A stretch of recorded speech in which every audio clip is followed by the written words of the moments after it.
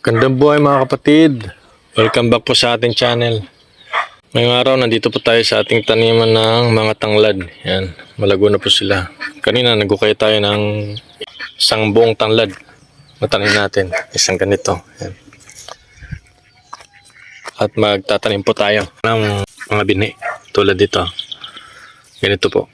Lumabas na yung mga bagong ugat niya. Kasi nga nag-start ng umulan. Mga 3 araw na po eh. Kita nyo yung ugat niya po. Ayan. Ganda. Malalaki. Maganda po i-transplant ito. Pag nagtatanim po ako ng tanglad, nililinis ko po muna. Tinatanggal natin yung mga patay na dahon. Ayan. Tapos ikakat po natin ito. Ganito po magiging itsura niya. Yan. Naputol na po natin. No? Na-trim na natin bago po natin itanim.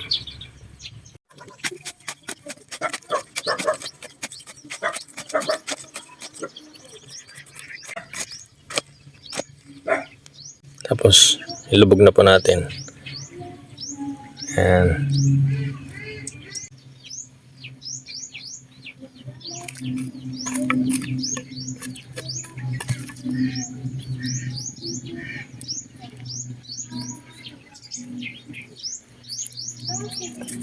Ganun lang po pagtatanim mga kapatid.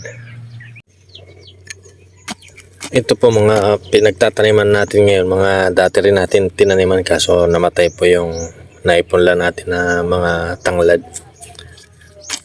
So magpapalit lang po tayo.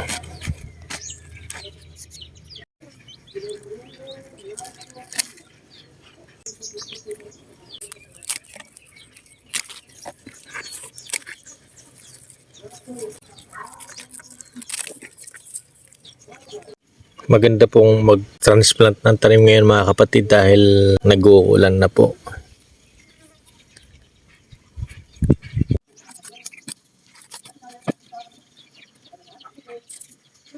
Bale, nakagawa po tayo ng 20 piraso or 20 pieces po na seedlings natin na tanglad po o lemongrass.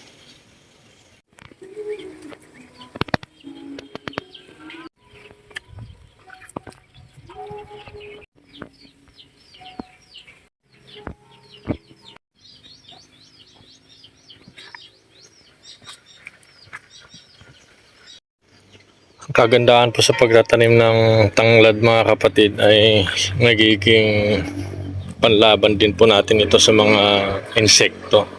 Para yung ibang pananim natin, hindi basta-basta nilalapitan ng mga insekto. Kaya magandang intercroppings po ang tanglad sa pagitan ng ating mga pananim.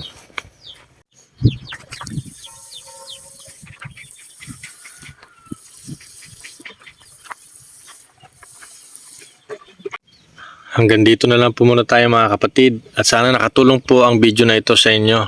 Kaya po nang lagi natin sinasabi, huwag po tayong mawalan ng pag-asa buhay. God bless us all po. Maraming salamat po sa panonood. Paalam!